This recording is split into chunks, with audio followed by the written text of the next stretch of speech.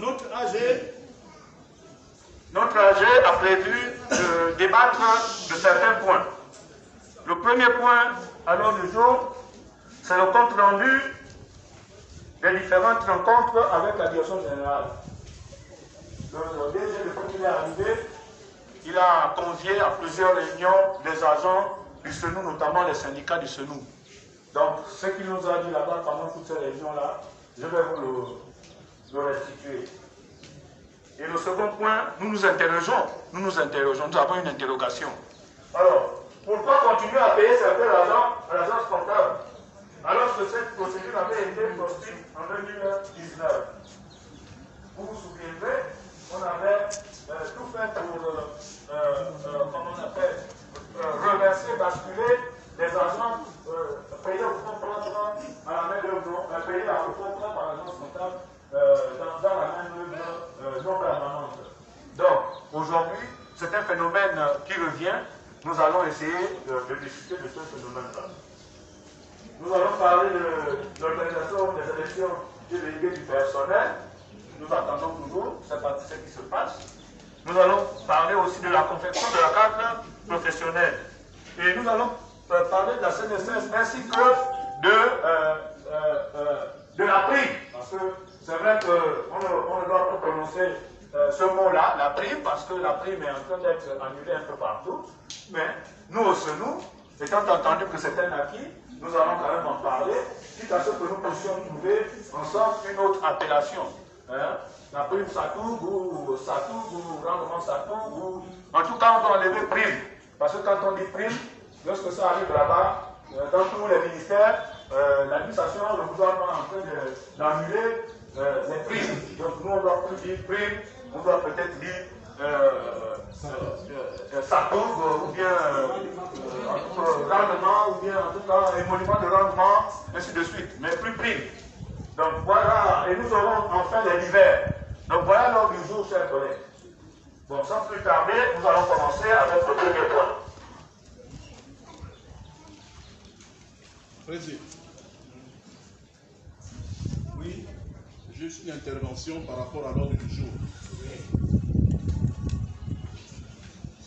Juste une intervention par rapport à l'ordre du jour. D'abord, il faudrait que l'Assemblée adopte cet ordre du jour. C'est pourquoi je vous ai proposé ça. Très bien. Je voudrais que vous ajoutez également, dans votre ordre du jour, les missions du SENU qui sont dédiées. Le SENU est en train de dédier celles qui sont propres en termes d'œuvres universitaires. Le SENU se retrouve maintenant comme une structure comme concurrent de l'ONE, l'Office national de l'emploi. Est-ce que ça fait partie des missions du SENU? L'une des missions du SENU, c'est la restauration des étudiants. Oui, on va en parler. Je voudrais savoir, moi, on se retrouve depuis longtemps qu'avec la sandwich et tout ça. Est-ce que ça, c'est restaurer les étudiants? Dans votre ordre du jour, voilà ma préoccupation en fait. Merci, cher collègue. Vous constatez que nous avons noté un grand point dénommé divers.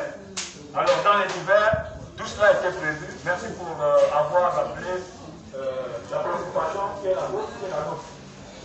Donc, chers collègues, parlons des rencontres avec M. le directeur général. Déjà le mercredi 28 août, le 28 septembre 2021, le directeur général nous avait convié à une réunion à l'IAI pour préparer la présentation de la séance de dégustation du pain Made in SENU. Je crois que nous tous, nous avons regardé cela à la télévision, où certains agents du SENU, ceux qui sont à Côte, se sont exercés à fabriquer du pain spécialement pour nos étudiants, pour notre population, pour la population étudiantine et celle des grandes écoles.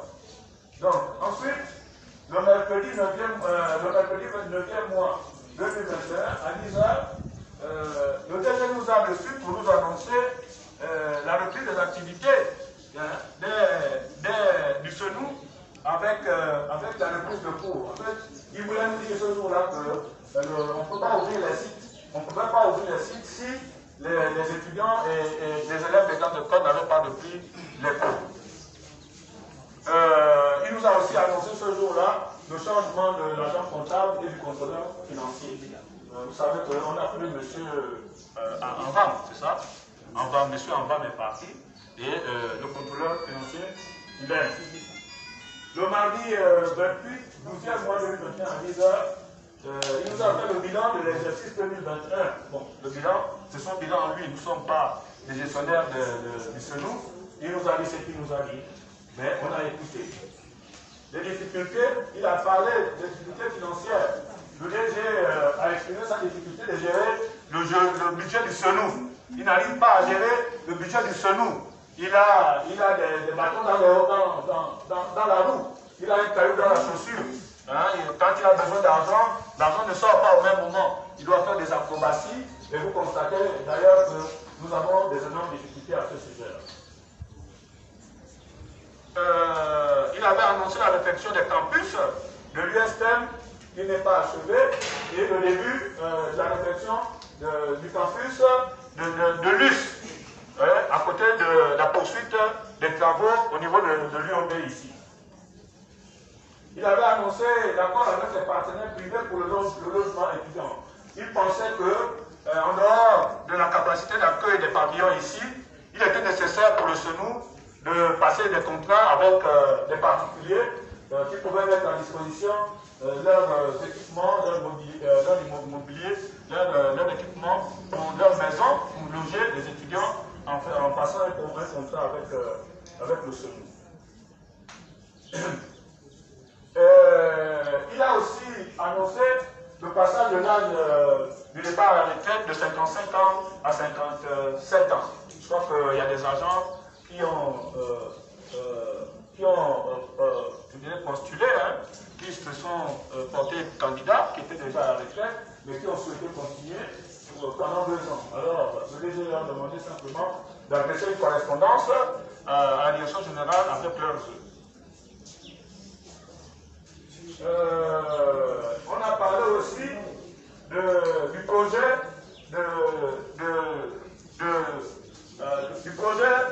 de la signature des protocoles d'accord avec certaines écoles de formation.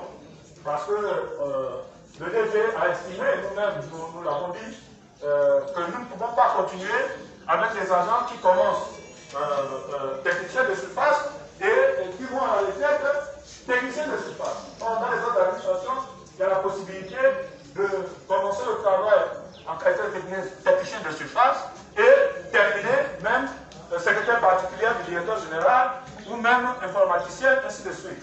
Donc, avec le DG, nous avons discuté de la possibilité de voir le SENU signer des contrats avec des établissements de formation pour que les agents soient disciplinés, surtout à leur demande.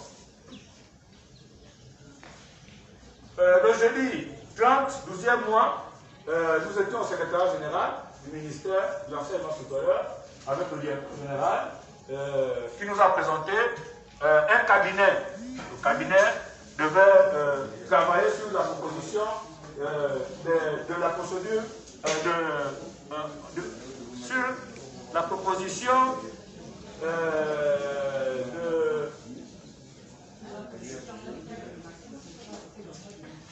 du modèle de procédure. Pour le DG, il faut des modèles de procédure.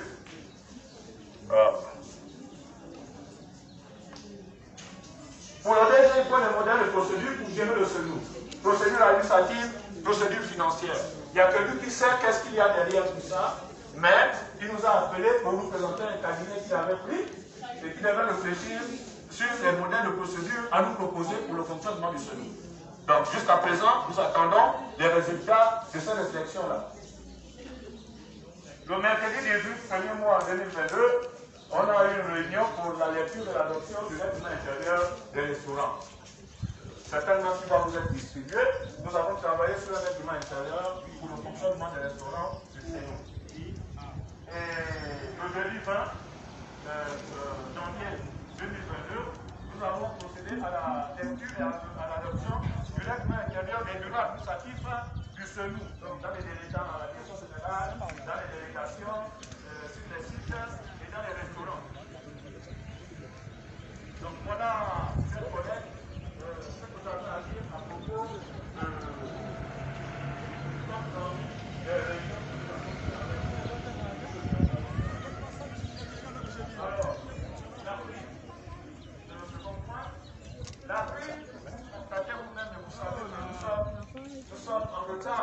Et nous avons plusieurs primes impayées.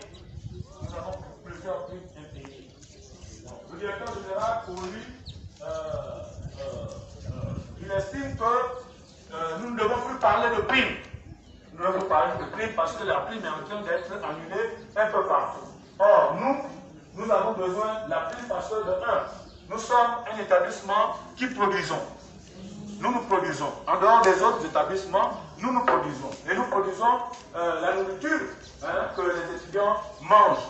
Donc, nous sommes là, comme a dit Michael, nous sommes chargés d'une mission principale, puisque nous, c'est l'alimentation des étudiants. Or, il se passe que les étudiants sont au régime pain, pour ne pas ajouter pain sec.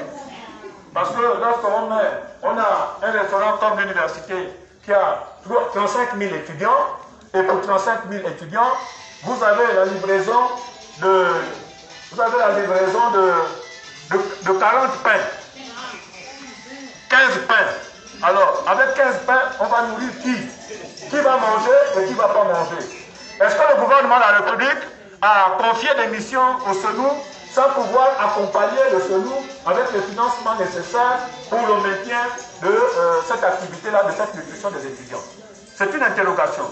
À côté de cela, nous avons vu, par exemple, sur un site là, où on nous a présenté 3 bouches d'oignons.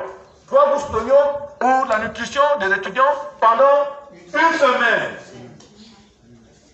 3 bouches d'oignons pour la nutrition des étudiants pendant une semaine. Donc la confection des sandwichs, ces 3 bouches d'oignons là vont être utilisées pendant une semaine. Et les étudiants doivent manger tous les jours. Alors combien de tranches d'oignons les agents du SENU peuvent-ils introduire dans le sandwich pour qu'il y ait un équilibre alimentaire? Vous comprenez que nous ne sommes plus capables de remplir nos missions avec cette attitude-là. Nous ne pouvons plus. S'il n'y a pas d'argent pour nourrir les étudiants, ça veut dire que le ministre de l'Enseignement supérieur se doit d'être interpellé.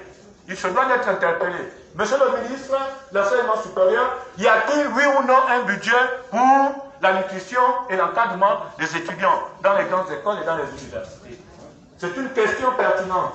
Donc, si le gouvernement n'a pas prévu de budget pour le fonctionnement des étudiants qui constituent la relève de demain, le Gabon de demain, vous voyez que le Gabon ne va plus avoir des dignes fils représentatifs pour faire parler ou faire entendre la voix du Gabon. Donc nous avons l'obligation, nous, en tant qu'agents du SENU, de nous mettre debout pour exiger du gouvernement, exiger du Premier ministre, exiger du Président de la République la mise à disposition d'un budget conséquent pour la nutrition des étudiants, des grandes écoles et des universités. Le logement, c'est pareil.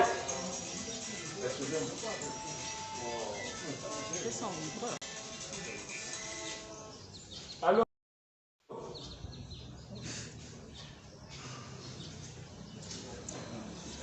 allô?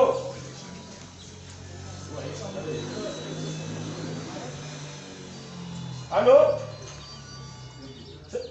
Oui, mais je suis à l'université, je veux donner l'heure. Mais vous ne m'appelez pas, vous venez directement sur site. Hein? Oh. Je suis sur site, je suis au restaurant, venez sur site. Oh. Vous m'appelez seulement pour me dire que vous allez, c'est pas nécessaire.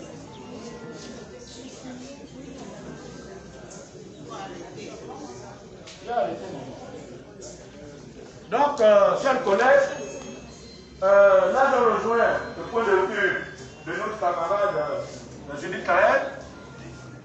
Qu'est-ce que nous pouvons faire si nous ne sommes plus capables de nourrir nos étudiants? Qu'est-ce que nous pouvons faire? Est-ce que le SENU est en train d'être fermé? Est-ce que le SENU ne va plus exister? Nous devons savoir. C'est une question que nous posons. Alors, c'est à la direction générale de nous répondre. C'est à la direction générale de nous répondre. Les enfants n'ont plus le divertissement. Les enfants n'ont plus le campus numérique. Et tout cela, le SENU a l'obligation de veiller sur tout cela. Le SENU doit veiller sur toutes ces missions-là. Elle doit appliquer ces missions-là. Nous devons loger convenablement nos étudiants. Il y en a beaucoup qui sont obligés de pratiquer des petits métiers, notamment la photo, la vente des sandwichs, d'avoir de la Kipéry, de Touki, pour avoir même de l'argent pour payer la chambre. Parce qu'il y en a qui ne peuvent pas vivre chez les parents ne sont pas capables de les accueillir. Donc, ça ne peut pas permettre à l'étudiant de bien apprendre. Il est soucieux de sa couchette, il doit savoir où il doit dormir, ainsi de suite. Donc, nous avons la mission et l'obligation d'interpeller les dirigeants. Et le premier dirigeant que nous devons interpeller, c'est monsieur le directeur général. Monsieur le directeur général, si vous ne pouvez plus loger les étudiants, nourrir les étudiants, en tout cas, demandez, allez vous asseoir même au bureau de monsieur le ministre pour qu'il vous donne l'argent nécessaire. Parce qu'on ne comprend pas si réellement on a un budget ou on n'a pas un budget. Voilà la préoccupation. Et nous avons honte lorsque les enfants viennent, à la rigueur, ils nous insultent même. Qu'est-ce que vous foutez ici? Est-ce que vous êtes encore utile pour nous? Moi, j'ai écouté des récriminations comme ça sur un site dont je tais le nom par discrétion. Donc, chers collègues, c'est une bataille que nous devons mener de manière collégiale. C'est une bataille que nous devons mener ensemble. Il n'est pas question que les uns restent assis et les autres se mettent debout. C'est un combat d'ensemble. Donc, chers collègues, c'est ce que je voulais vous dire à propos de l'autrement. Et de la nutrition. Si j'ai oublié un volet, tout à l'heure, lorsque vous prendrez la parole, nous pourrons revenir. Alors, pourquoi continuer à payer certains argents à l'agence comptable alors que cette procédure avait été proscrite en 2019? Voilà. Le budget du SONU se trouve à l'agence. Le budget du SONU se trouve à l'agence. Le budget du SONU se trouve à l'agence. Alors, le budget du SONU c'est pour nourrir les étudiants. Le budget du SONU c'est pour nourrir les étudiants. Le budget du SONU c'est pour nourrir les étudiants. Le budget du SONU c'est pour soigner les étudiants. Le budget du SONU c'est pour soigner les étudiants. Le budget du SONU c'est pour loger les étudiants. Le budget du SONU c'est pour loger les étudiants. Et le budget du SONU c'est pour permettre aux étudiants de pratiquer le sport. Oui. Nous devons avoir, parce que en dehors du physique, il y a aussi la relaxation intellectuelle. Et le sport participe à l'équilibre physiologique. Donc, c'est l'équilibre du bon fonctionnement du corps de l'étudiant pour que sa mémoire soit toujours rafraîchie. Or, aujourd'hui, l'étudiant ne pratique plus le sport en milieu universitaire. Et à côté de cela, il y a le volet associatif. Les groupes de théâtre que nous avons connus, le Nzimba Théâtre, Nzimba Football, Nzimba Handball, c'est le SONU qui encadre les étudiants. Mais depuis combien d'années les étudiants sont abandonnés à eux-mêmes?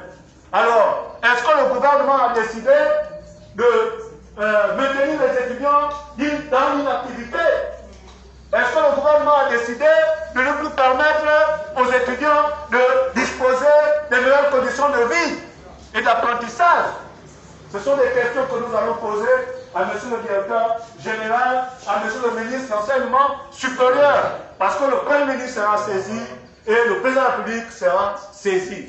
Parce que cette université est la première du Gabon, elle porte le nom d'un illustre personnage, que Dieu ait son âme, son excellence, Omar Bongo Ondimba. Ce président a tout fait pour que cette université, la première, sinon l'une des premières en Afrique noire, a existé, pour permettre aux étudiants gabonais de ne plus faire de grands voyages, afin d'acquérir des connaissances. Il a estimé que lorsqu'on apprend chez soi, on est dans le sein familial et on est mieux encadré. On n'a pas peur parce qu'on a toujours peur d'autrui, on a peur de l'inconnu. Or, lorsqu'un enfant apprend à côté de son père et sa mère, il est rassuré. C'est pour ça que le chef de l'État avait créé cette université. Mais cette université ne remplit plus sa mission. Cette université se meurt lorsqu'on constate. Alors, on doit réclamer le budget du SONU. Nous devons réclamer le budget du... C'est nous. Nous devons réclamer le budget du... C'est nous. Nous devons réclamer le budget du SENU pour que l'émission du SENU soit bien remplie. Parce qu'aujourd'hui, le SENU ne remplit plus ces missions-là. Donc, à l'agence comptable, il y a des salaires impossibles. Des techniciens de surface qui sont payés à 350 000. Mais c'est vous-même qui me le dites. Moi, je ne fais que vous rendre ce que vous me dites. Vous avez constaté que le syndicat a d'abord fait le tour. Mais c'était pour écouter les agents. Avec quoi on va animer l'Assemblée générale si on n'a pas vos points de vue? Ce n'est pas le bureau du syndicat ici présent qui fait l'AG. Non. C'est la base qui fait l'Assemblée générale. Et c'est la base qui énonce les difficultés qui constituent les points à l'ordre du jour. Alors, il y a des techniciens de surface qui sont payés à l'agence comptable et qui sont plus payés que les techniciens de surface qui sont à la membre. Au trésor, oui, à la même heure. Donc, ce sont des injustices que nous avons dénoncées depuis 2019. Et nous étions parvenus à équilibrer. Nous avons pu équilibrer cette tendance-là où il ne restait plus que 7 agents à déverser à la manche pour que le budget de SENU serve essentiellement à la nutrition et à la prise en charge au logement des étudiants. Or, aujourd'hui, avec la direction générale, nous ne savons pas pourquoi à l'agence comptable, il y a plusieurs agents qui sont payés là-bas. Mais ils sont payés sur le budget du SENU. Et puis, à côté de cela, on ne nous a jamais dit où va l'argent des contrôles, les recettes. Les recettes que nous obtenons, que nous engrangeons. Les recettes de la vente des sandwichs. On a commencé avec les repas chauds. Avant, le pain était à 150. Aujourd'hui, le pain est maintenant à combien? 500. 500. Le repas chaud était à 150. Le repas chaud aujourd'hui à combien? 500. Alors, pendant que nous avons plein de 35 000 étudiants, nous n'offrons que 40 plats ou 20 plats. 40 sandwichs, 30 sandwichs. Est-ce que vous pensez que c'est normal? C'est normal ou c'est pas normal? C'est pas normal. C'est normal ou c'est pas normal? C'est pas normal. C'est pas normal, chers collègues. C'est pas normal, chers collègues. Les étudiants doivent manger convenablement. Et tant que les étudiants ne mangeront pas convenablement, ne se nourriront pas convenablement, les agents du SENU n'auront pas leur place au SENU.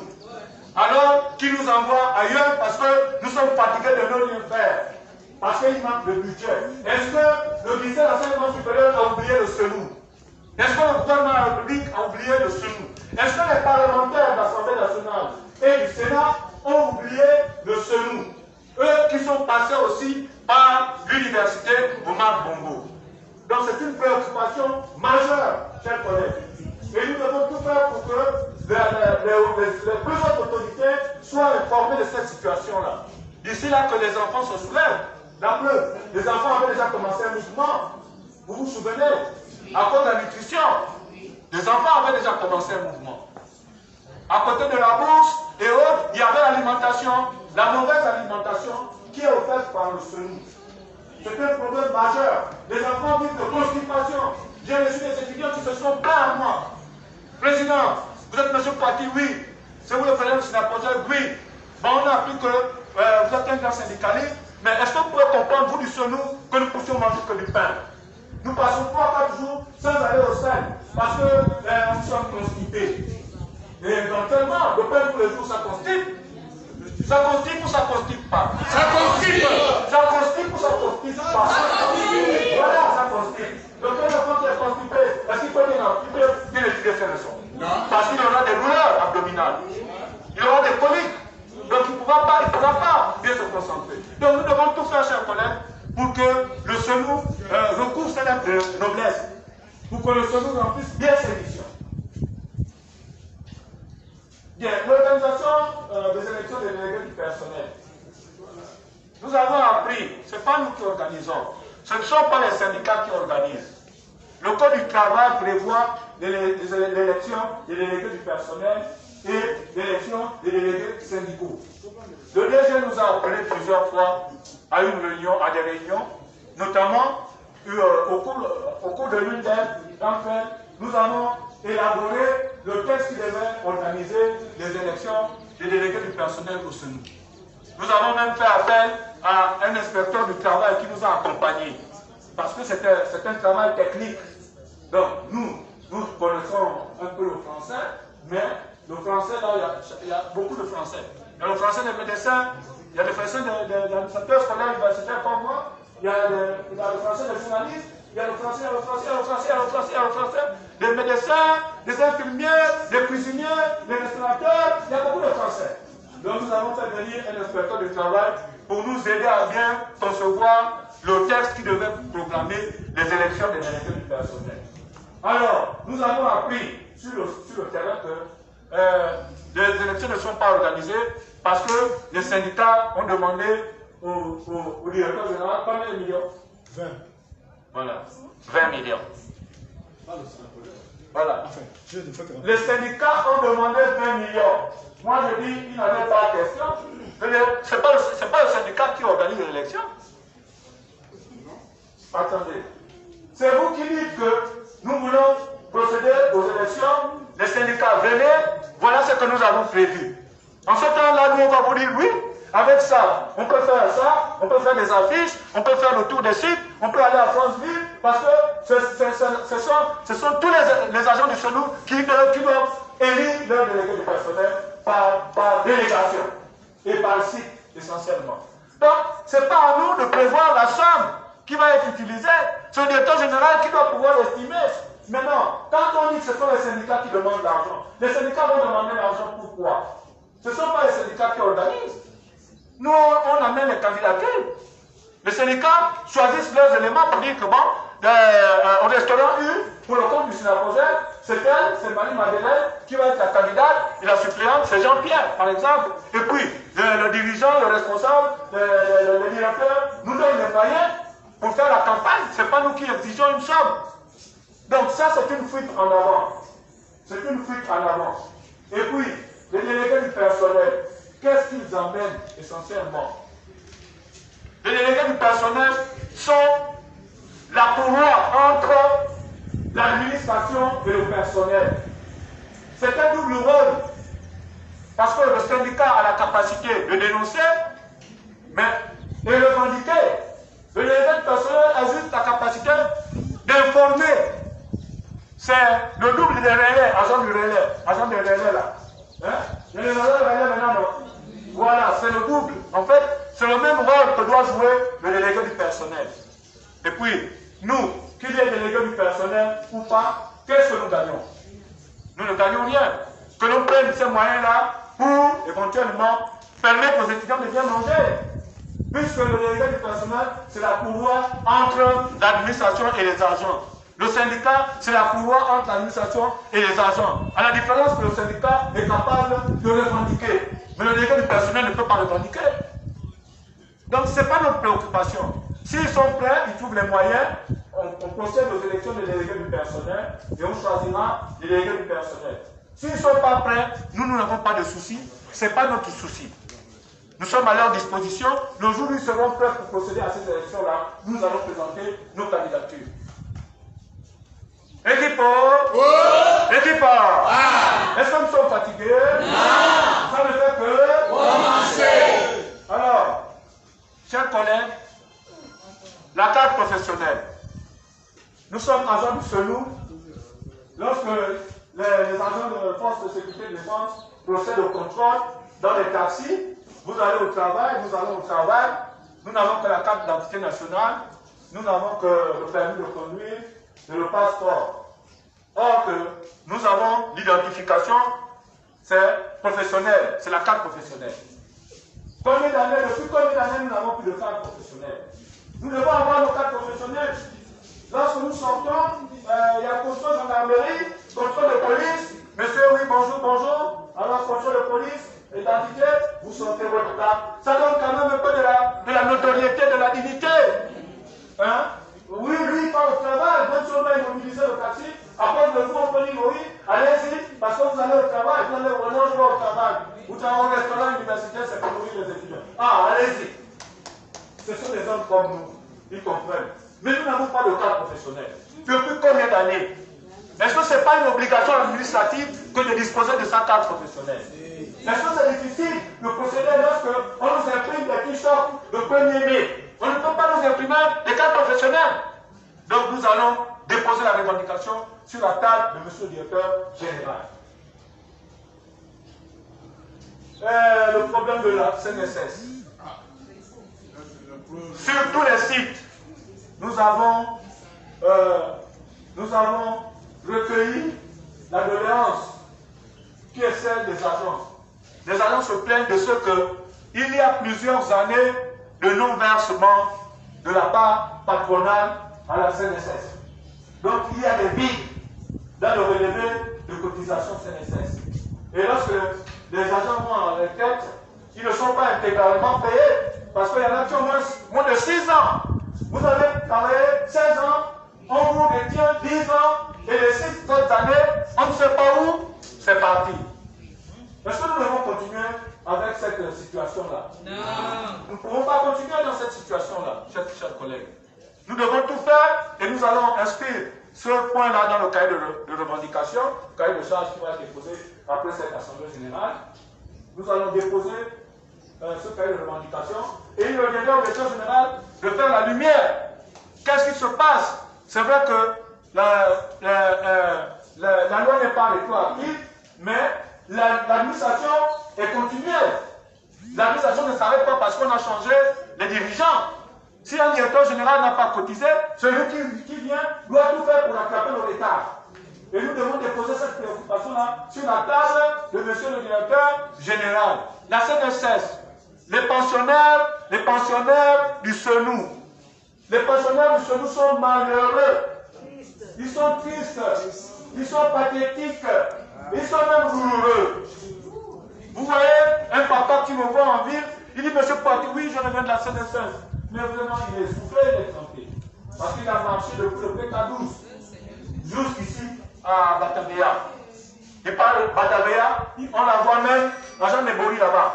Quelquefois, il fallait prendre des certificats médicaux et autres. Il me demande 500. Mais si tu n'as pas 500, tu es maudit par l'Éternel. Parce que le Dieu a espoir. Mais si tu as 250, tu dis, ah, papa, là je n'ai que 250, hein. Je te les donne. Ah, merci. Mais il te dit quand même merci. Ça veut dire qu'il est dans la difficulté à l'extrême. Donc, chers collègues, nous devons tout faire pour que cette situation-là revienne sur la table. Maintenant, c'est à vous de décider. C'est à vous de décider des points que nous allons retenir. Nous allons retenir la confection du cahier de charge, le cahier de revendication. Les missions du SENU, je les ai déjà élaborées, évoquées.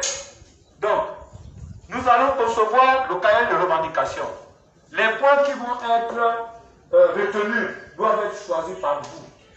Alors, je vais vous donner le micro pour que vous puissiez préparer la rédaction du cahier de revendication. Tous les points que vous allez retenir, nous allons les inscrire. Et ce sont ces points-là qui vont discuter, négocier autour de la table avec M. le directeur général. Et je vous annonce, je vous informe que ce cahier de revendication sera transmis à la présidence de la République. Ce cahier de revendication sera déposé sur la table de Madame le Premier ministre. Et ainsi de suite, chez M. le ministre de l'Intérieur, M. le ministre de la Défense, M. le ministre de l'Enseignement supérieur.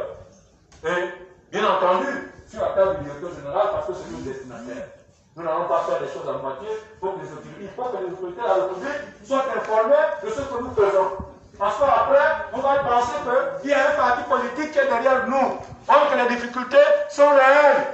Chaque fois qu'on veut nous étouffer, on nous tape les politiciens. Or que nous avons des soucis. Donc il faudrait, chers collègues, que nous soyons tous décidés à présenter ce cas de revendication là pour vous-même. Nous-mêmes, nous allons concevoir ici, devant tout le monde. Donc, je voudrais vous donner le micro pour m'occuper de la presse. Si vous avez quelques préoccupations, il y a mes camarades membres du bureau qui sont là. Je vous remercie. Équipe!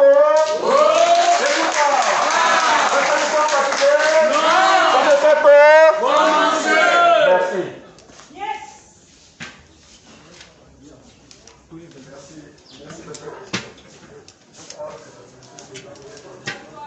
Il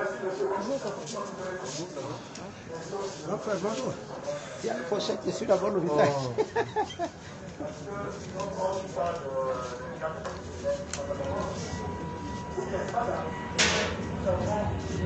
On vérifie si n'est pas.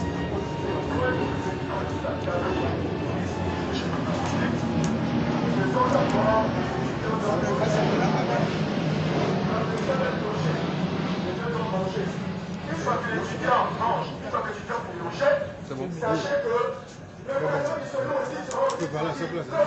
Donc, si l'étudiant ne mange pas, l'étudiant n'est pas logé, c'est pas non. Moi, ça pas. Donc, ça peut pas faire. Deuxième point, après le travail, la recherche.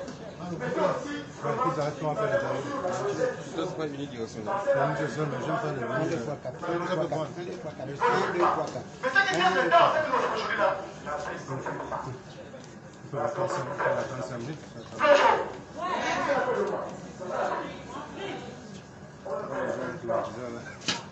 On a un climatiseur.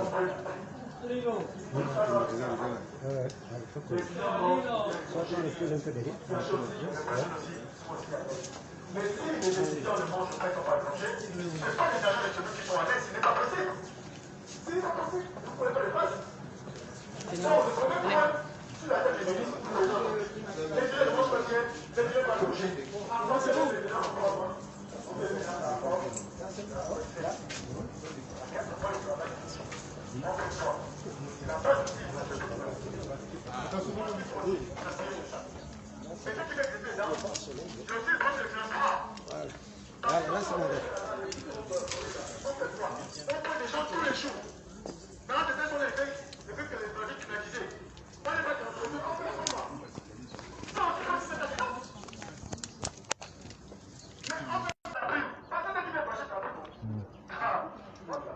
Ou bien je descends comme eux. Je peux descendre. Voilà.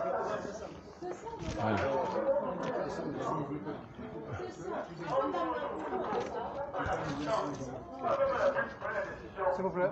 Eh, attendez, va me chercher ma canne s'il te plaît. Va prendre la canne. C'est là contre le mur, fais vite. C'est un symbole, il doit apparaître. C'est traditionnel. Ah ouais. C'est venu comme ça. Oui, non, on a le temps serré.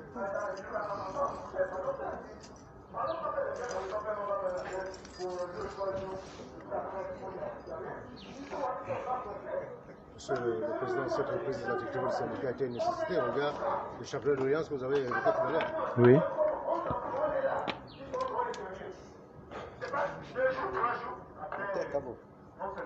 Pas grand souci, Monsieur le Président. Alors, réunion avec les agents du CENO, peut-être revenir sur les grandes lignes qui constituent cette Assemblée générale. Bien, déjà, remercier la presse pour l'opportunité que vous nous offrez. Alors, l'Assemblée générale de ce matin a pour objet la prise en compte des difficultés que rencontrent les agents du Centre national des œuvres universitaires dans leur mission régalienne de prise en charge psychosocio-pédagogique des étudiants.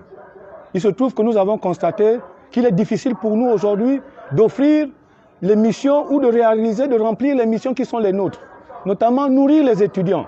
C'est impossible, les étudiants ne prennent que du pain sec. Hein? Il y a à peine 2 mois, nous avons commencé à leur offrir des repas chauds. Mais comment pouvez-vous imaginer pour une université comme l'université Omar Bongo, où nous avons plus de 35 000 étudiants, nous offrons 40 sandwichs jour. 40 sandwichs jour. Et ils ne mangent que du pain. Aujourd'hui, les étudiants se sont confiés à nous pour nous demander notre raison d'être. Pourquoi vous êtes au CENO? Pourquoi vous êtes ici si vous n'êtes plus capable de nous nourrir? Il y a aussi que les étudiants ne se logent pas. Ils sont obligés, les étudiants, de pratiquer des petits métiers pour se prendre en charge et payer leur chambre. Parce qu'il y en a qui n'ont pas de parents à Libreville. Jusqu'à présent, les campus ne sont pas, les pavillons ne sont pas achevés. Donc, loger les étudiants est une préoccupation pour les agents du CENO que nous sommes. Nous avons aussi que le CENO ne peut plus divertir ses étudiants. Les étudiants apprennent tous les jours que Dieu fait, mais ils ne peuvent pas permettre à leur esprit, leur mémoire de se reposer à travers la pratique du sport. Vous vous souviendrez de Nzimba théâtre, vous vous souviendrez de Nzimba football, vous vous souviendrez de Nzimba karaté et autres. C'était pour entretenir le moral et l'intelligence des étudiants à travers le sport, qui régénère les cellules. parce que le SENU a cette mission-là. Donc nous nous sommes levés aussi parce qu'aujourd'hui, nous ne pouvons plus soigner convenablement nos étudiants. Vous allez dans notre centre médical, vous ne trouvez pas un seul médicament, à défaut d'offrir les certificats médicaux. Donc nous nous sommes levés ce matin essentiellement parce que le SENU ne peut plus remplir ses missions. Et si le gouvernement et le Parlement n'a pas prévu, notamment l'Assemblée nationale et le Sénat, s'ils n'ont pas prévu un budget adéquat pour le fonctionnement du SENU qui prend en charge la vie des étudiants, alors qu'ils s'attendent au soulèvement des étudiants parce qu'ils nous l'ont déjà traduit, ils nous ont déjà interpellés sur ce fait-là. Donc voilà essentiellement pourquoi nous sommes ici. Il y a aussi que les cotisations CNSS des agents du SENU ne parviennent pas à la CNSS. Les agents vont à la retraite et ils n'ont pas de retraite, ils n'ont pas de pension retraite. Si on a la retraite sur le papier et qu'on ne bénéficie pas de sa pension, alors est-ce qu'on a réellement cotisé? Donc, il y a que on prélève de l'argent sur les salaires des agents et cet argent-là n'est pas reversé à la CNSS. C'est un souci majeur et nous allons présenter ce souci-là aux dirigeants, notamment au directeur général. Il y a que nous n'avons pas de carte professionnelle. Une grande institution comme le SENU, les agents n'ont pas de carte professionnelle. Et pourtant, nous parvenons à imprimer les tickets de caisse pour la vente des pains et des sandwichs. Mais pourquoi pas la carte professionnelle? Donc, nous sollicitons de M. le directeur général la confection de l'établissement des cartes professionnelles et nous allons déposer un cahier de revendication soutenu par un préavis de grève dont la base choisira la durée. Merci.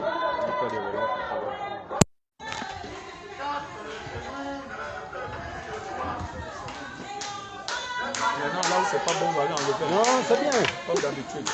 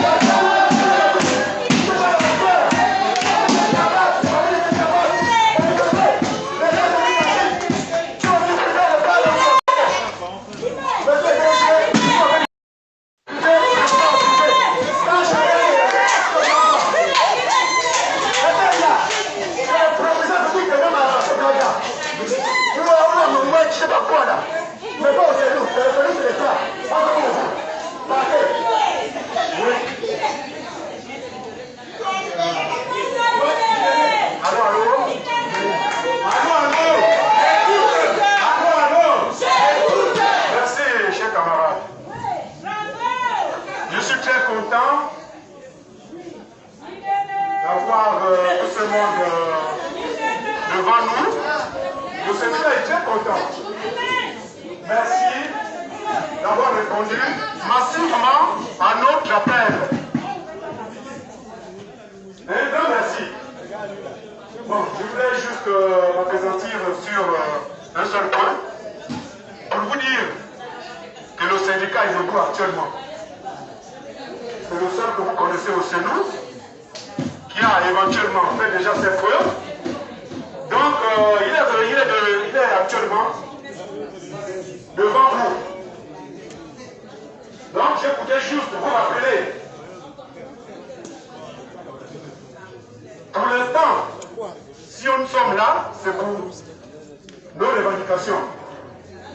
Je pense que lorsqu'un agent arrive au niveau du Sénat, il a les droits et les devoirs. Mais il faut naturellement revendiquer ses droits et ses devoirs. Mais j'ai l'impression, depuis pratiquement 14 ans que je suis au Sénat, 17 ans, il y a des agents qui sont là au Sénat, mais qui n'ont pas la qualité de comprendre que lorsqu'on est déjà dans le Sénat, dans la maison, on doit naturellement revendiquer ces droits-là. Mais c'est dommage. Mais je pense que pour l'instant, vous êtes là. Désormais, le syndicat est devant vous. Vous mettez derrière lui. Donc, je pense qu'à partir de là, chacun de vous doit donner ses avis. Quels sont les problèmes que vous rencontrez au quotidien? Voilà. Non, je ne suis pas nos agents. Voilà. Donc, à partir de là, on doit inscrire un cahier de charge. Et à partir de ce cahier de charge, on doit remettre au directeur du CEMO. Après le directeur du CEMO, nous allons remettre au Premier ministre.